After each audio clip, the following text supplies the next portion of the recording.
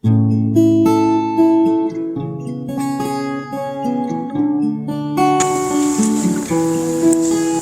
chapter 3. Sa lahat ng hayop na ginawa ni Lord God, ang ahas ang pinakatuso. Isang araw, tinanong ng ahas ang babae, "Sinabi ba talaga ng Diyos na bawal kayong kumain ng kahit anong prutas dito sa garden?" Sumagot ang babae, "Pwede naman namin kainin ang kahit anong prutas dito sa garden, except sa prutas ng punong nasa gitna. Sabi ng Diyos, huwag namin kainin yung prutas ng punong yon. Huwag din daw naming hawakan or else mamamatay kami." Sumagot ng ahas, "Hindi totoo yan. Di kayo mamamatay. Sinabi lang yon ng Diyos kasi alam niyang kapag kinain nyo yon, magiging parang Diyos kayo. Malalaman nyo kung ano ang mabuti at masama."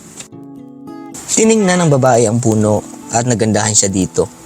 Mukhang masarap kainin ang prutas nun. Naisip din niya, ang sarap sigurong maging matalino. So kumuha siya ng prutas at kinain yon. Binigyan din niya ang asawa niya at kumain din ito.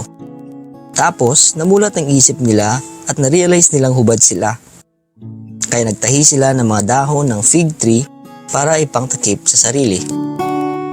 Nung magagabi na, narinig nilang naglalakad si Lord God sa garden kaya nagtago sila sa likod ng mga puno.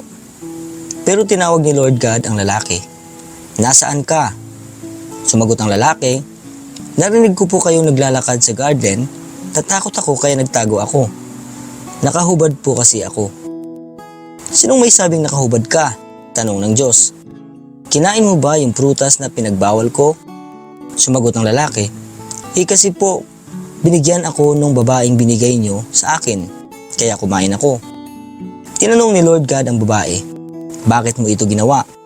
Sumagot siya, "Niloko po ako ng ahas kaya kumain ako."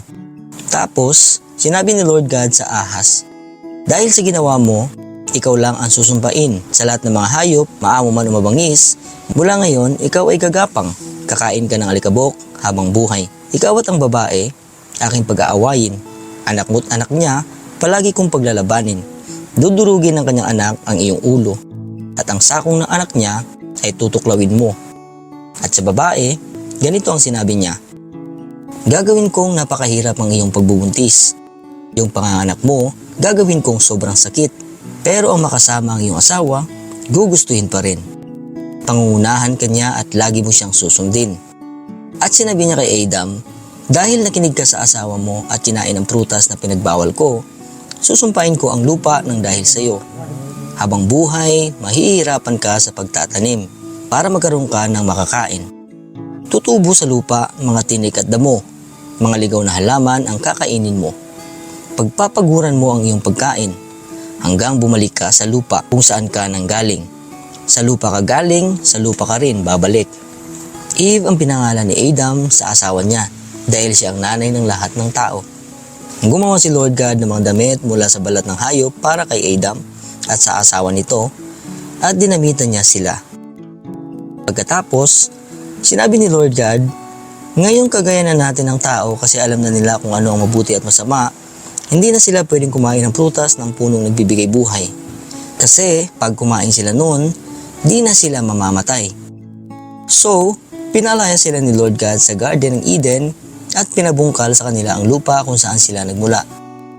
Tapos, naglagay ang Diyos ng mga creatures na may pakpak sa bandang east ng garden.